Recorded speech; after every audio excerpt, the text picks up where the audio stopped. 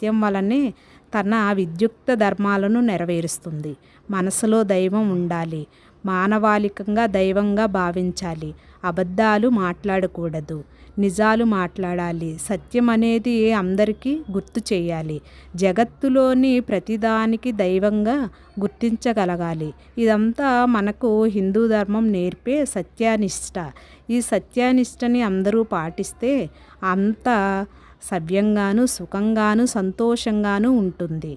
మనం సత్యం తప్పితే ఆ మేరకు సుఖం తప్పుతుందనే అర్థం. సత్యం వలనే జీవితానికి సార్థకం, విజయం. సత్యనారాయణ స్వామి అంటే ఆయన ఏమైనా కొత్త దైవమా, కొత్త అవతారమా, నారాయణుడికి మరో అవతారమా, లేక ప్రత్యక్షమైన దేవుడా అనే సందేహం వస్తుంది. నారాయణుడికి మరో ఇంకా పేరే సత్యనారాయణుడు. నేడు మనిషిలో స్వార్థం పెరిగేది. ప్రజలు, దేశాలు